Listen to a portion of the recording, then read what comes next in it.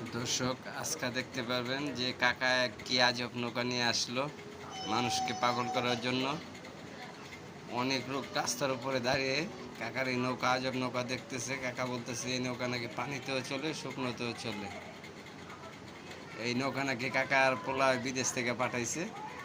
এই যে দেখেন কত দর্শক একসাথে কাকার এই নৌকা দেখার জন্য নদীর ঘাটে অপেক্ষা করছে। কাকা এতক্ষণ পানিতে চালিয়ে দেখিয়েছে, এখন দেখাবে শুকনাতে কিভাবে এই নৌকা স্পিড বোর্ডের মতো চলে। মানুষ তো অবাক, আমি নিজেও তো অবাক আজকে যে কাকা কি বলে এটা।